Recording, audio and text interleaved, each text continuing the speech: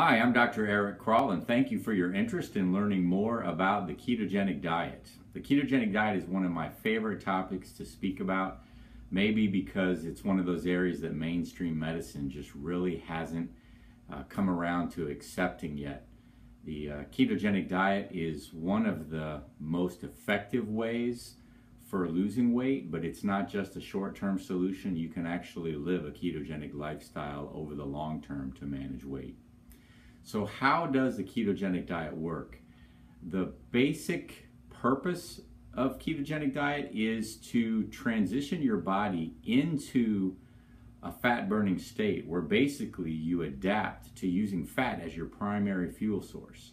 We never get to that state because we have so many carbs in our diet, but if you lower your carb intake low enough and keep your protein intake in moderation, your body will transition over a few weeks to where it uses fat as its primary fuel. And as we'll talk about momentarily, the body prefers to use fat as the primary fuel. And I'll keep coming back to the role of insulin. Basically, when we consume carbohydrates, our body has to produce insulin to bring the blood sugar down. And whenever insulin is floating around in the body to a significant extent, it does not let the body burn its fat stores. So even if you're careful about watching your calories and you're laboriously tracking everything and you're exercising, doing everything you should do, if you get too many of your calories from carbohydrates so that there's more insulin floating around, it prevents you from burning fat. It also has to do a lot with why people will commonly plateau, because they get to a point where the insulin is just not allowing any further fat usage. So when you lower your carbohydrate intake and convert to fat burning, your insulin levels are extremely low, and you basically utilize either the fat that's in your diet or the stored fat that you have for energy. So basically with a ketogenic diet, we're talking about consuming about 75% of your calories from fat and about 20 from protein and 5 from carbohydrate. So I'm often asked, how does this really differ from Atkins? Because it sounds a lot like it. And there's a very important distinction. The Atkins diet has commonly become known as a low-carb, high-protein diet. And many people who go low-carb get high protein. And it's understandable because we've been brainwashed all these years to think that high fat is bad for us. So if you're going to lower carbs, your only other option is to get lots of protein. But the problem with protein is, protein is good, but if you get too much protein, the body breaks that protein down into amino acids and converts it to glucose. So if you're trying to become ketogenic, trying to convert to using fat as your primary fuel, but too many of your calories are from protein, those amino acids will be converted to glucose, and it won't really let you fully adapt to using fat as your fuel. So in general, we need to keep protein intake to about 1 gram per kilogram body weight. So for an example, if your goal weight is 150, that's roughly 60-65 kilograms. So you would limit your protein intake to 60-65 grams a day. And we need to keep the carb intake below 20 to 30 grams a day to stay in ketosis. So what about ketosis? Is staying in ketosis over the long term bad for you? And I love that question. A year ago I would have answered it differently. Doctors, nutritionists, many people in healthcare have the misconception that ketosis is bad for you because we're all trained about diabetic ketoacidosis, which is a dangerous state. And you cannot stay in ketoacidosis. But it all comes down to the amount of ketones we're talking about here. When a diabetic is in ketoacidosis, a life-threatening state, the ketone levels in the blood are anywhere from 10 to 20 or more. When we talk about nutritional ketosis, a healthy state, the blood ketone levels are really just 1 to 3. So this has nothing to do with diabetic ketoacidosis. Ketosis, nutritional ketosis doesn't trash your kidneys, your liver, cause you to leach your bones, all the things that I thought before I really looked into nutritional ketosis as a healthy way of living. So then the next question that always comes up, and I know you're dying to know, is how can it be good for you to eat all this fat? And that's really the crux of what I want to share with you today. We are brainwashed, mostly by the pharmaceutical industry, but we've all bought into this idea for the last 20 years that heart disease is caused by saturated fat and cholesterol. And while this is very important, when the saturated fat and cholesterol is consumed in the setting of carbohydrates, the high insulin levels cause that fat to be packaged into tiny particles, which certainly contributes to plaque development in your arteries and leading to heart attack and stroke. But many studies have shown, and these are well-designed studies, by the way, done in academic settings, not the kind of studies that you can buy to show whatever result you want.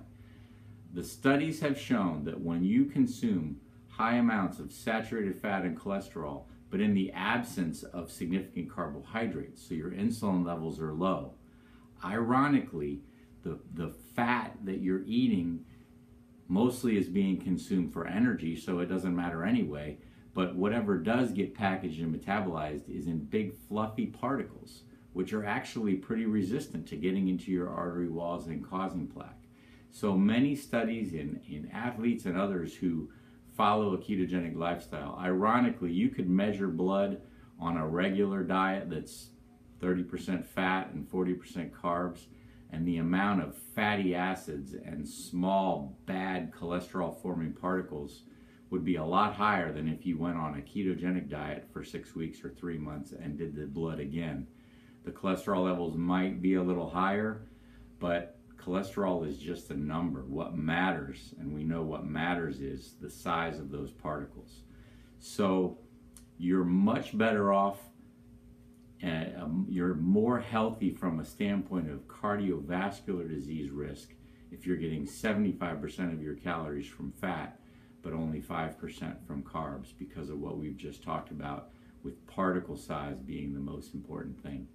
And the real irony or paradox of all this is, if you're following a ketogenic lifestyle so that your carbs are low and you're using your fats as energy, the very fats that you want to take in are the fats which we've been programmed to think are bad for us. Saturated fats are the best, most efficient energy sources because the body doesn't have to break them down. There's not all these double bonds in there that cause it to be less efficient as a fuel source. So fully saturated fats like coconut oil, butter, red meat, the actual fat on the beef, those are ideal as energy sources. So when you're following a ketogenic lifestyle, those are the kind of fats that you actually want to consume, and they're not bad for you for all the reasons that we've just talked about. So once you've thought about all this and decided, wow, that really does sound good, and I'm going to do a ketogenic lifestyle, how do you get started? Well, basically, you do need to monitor your calorie intake so that you know that you're not getting too many carbs, and you know that you're not getting more than 1 gram per kilogram body weight of your protein.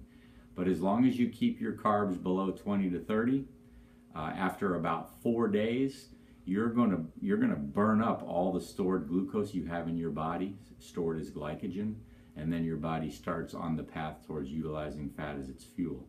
So imagine, and you might have heard this, you do go through a significant adjustment after 4 or 5 days where you start to feel bad because the body doesn't have the glucose and it hasn't yet adapted to using fat.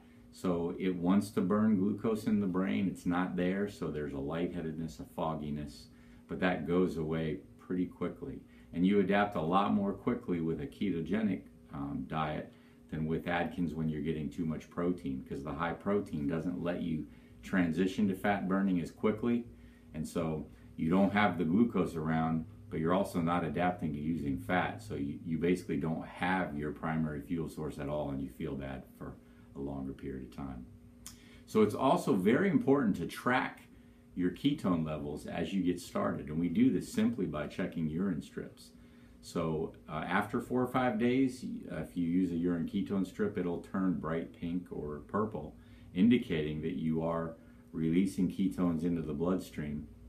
And I also like to emphasize that for the first month or two, you can use those urine strips, but realize after 2 months or so, all those ketones that are released into the bloodstream are now being burned up for energy. So there really is not an excess to spill over into the urine.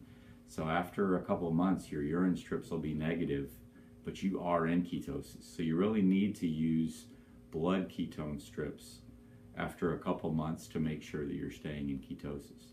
Because remember, it is important. I've told you that this is healthy for you to live this way, but that assumes that you're not getting hidden sources of carbs or too much protein and going out of ketosis. So it does require some monitoring just to make sure that you're staying in the healthy state of nutritional ketosis. So what if you are doing everything you're supposed to do and you're not going into ketosis? The most common reason for that is that you're getting too many carbs, hidden carbs, and that's why you need to be monitoring the carbs. And so as you check a urine ketone level and you're not in ketosis anymore, you can look back and see, well, where did the carbs come from? But sometimes you are so careful with the carbs that you know you didn't get too many carbs, and that's why the point about protein is a very important take-home point, because too much protein would be the second most common reason why you may not be getting or staying into ketosis. So you keep it at literally 1 gram per kilogram of body weight. And you follow those two things and track your intake, generally you will get into ketosis. So what are the benefits of this healthy state of nutritional ketosis other than helping you manage your weight? Well, most people who live this way say that they've never had this much energy. Their primary fuel is always available. They don't get the highs and lows in energy level due to highs and lows in blood sugar intake. And they just feel good most of the time. No emotional highs and lows. And it's interesting, when you're on a ketogenic diet, you do experience hunger, but it's kind of like, okay, I'm hungry, but I'll get to it when it's convenient. You don't have a sense of I've got to eat now, because your body does have its fuel source available if it needs it. But there are more and more diseases which we're finding respond to a ketogenic lifestyle, mainly neurologic diseases, because as it turns out, our nervous system prefers to use fat as a fuel. So our nervous system functions better when we are living ketogenically. So Parkinson's disease, Alzheimer's, MS, and seizure disorders are conditions, part of which the treatment can be a ketogenic diet. But one of the most exciting new areas of research right here in my backyard at the University of South Florida is being done on cancer. And it turns out that cancer cells can't really adapt to using fat as a fuel. So they're looking at hyperbaric oxygen environments with a ketogenic diet as a way of literally starving out cancer cells.